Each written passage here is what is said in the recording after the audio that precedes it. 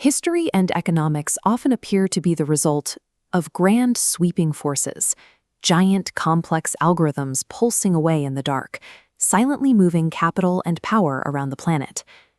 This chart shows a massive market fluctuation. Following months of stability, we see a violent upward spike in stock value.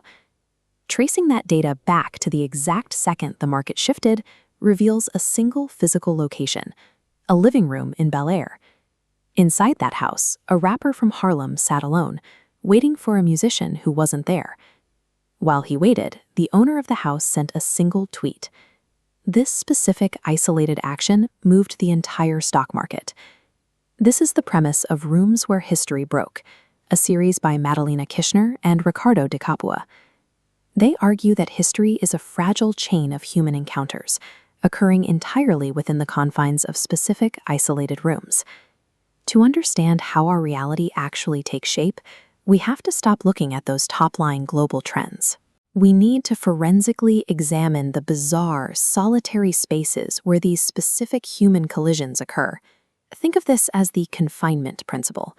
Architecture creates a physical boundary that strips away the noise of the outside world. A room acts as a pressure cooker, amplifying the specific, often illogical behaviors of the people locked inside it. Look at this crowd. On the night of October 25, 1944, every single seat in Carnegie Hall was full. The entire physical space was engineered for one purpose: to force thousands of people into a shared, intense focus on a single performance. The reality of that performance was entirely absurd. That massive crowd sat in absolute, locked-in anticipation, waiting for a 76-year-old soprano dressed in an angel costume to begin singing. Private environments can also become micro-realities, built completely out of a single person's immense wealth and profound isolation. Inside a crumbling Venetian palazzo, a marchesa constructed a world where she kept cheetahs on diamond leashes. In the pitch dark of the estate, gold-painted servants stood perfectly still, holding up torches to light the room. The architectural isolation of these spaces forces people into shared, irrational experiences. Because they happened behind closed doors, those bizarre moments solidify into permanent historical facts. What we know about these encounters comes entirely from the physical evidence they leave behind. Take this perfectly ordinary street in Soho, London. Behind one of these facades in 1963 sat a small photographer studio. Inside that room, a deeply volatile human encounter played out over the course of exactly 1 hour. That single session accidentally generated the most reproduced image in British political history. The record created in that room is a paradox.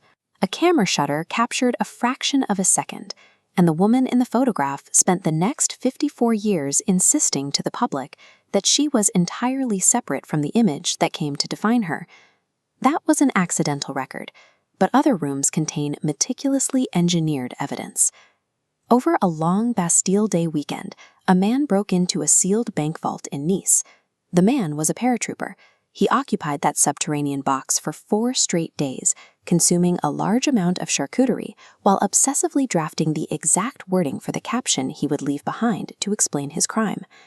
Then there's the Diamond Vault in Antwerp.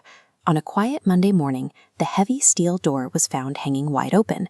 Inside, the room was completely silent, and $100 million worth of stones were simply gone. Whether the debris is a photograph, a gloating note, or an empty safe, the physical records left behind are the only surviving proof we have of the fragile encounters that actually happened inside the room.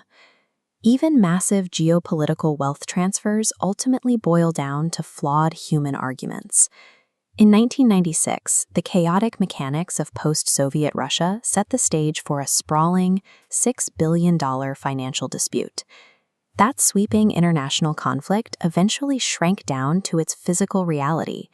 2 Russian oligarchs found themselves trapped in a London courtroom, burning through £100 million in legal fees to argue over whether that fortune had been paid or stolen. The ultimate physical output of this massive collision between 2 men was a single document, a 150,000-word ruling produced by the presiding judge. The document is a masterpiece of irony. It stands as the most thorough, definitive account ever written of how Russia's economy functioned in 1996. Yet it concludes with a formal declaration that the court simply could not establish what had actually happened between the two men. Every major historical shift is a highly specific, totally preventable collision between deeply flawed people. History is happening right now, inside the room you occupy. The record you leave behind is the only evidence the future will have to reconstruct what happened here.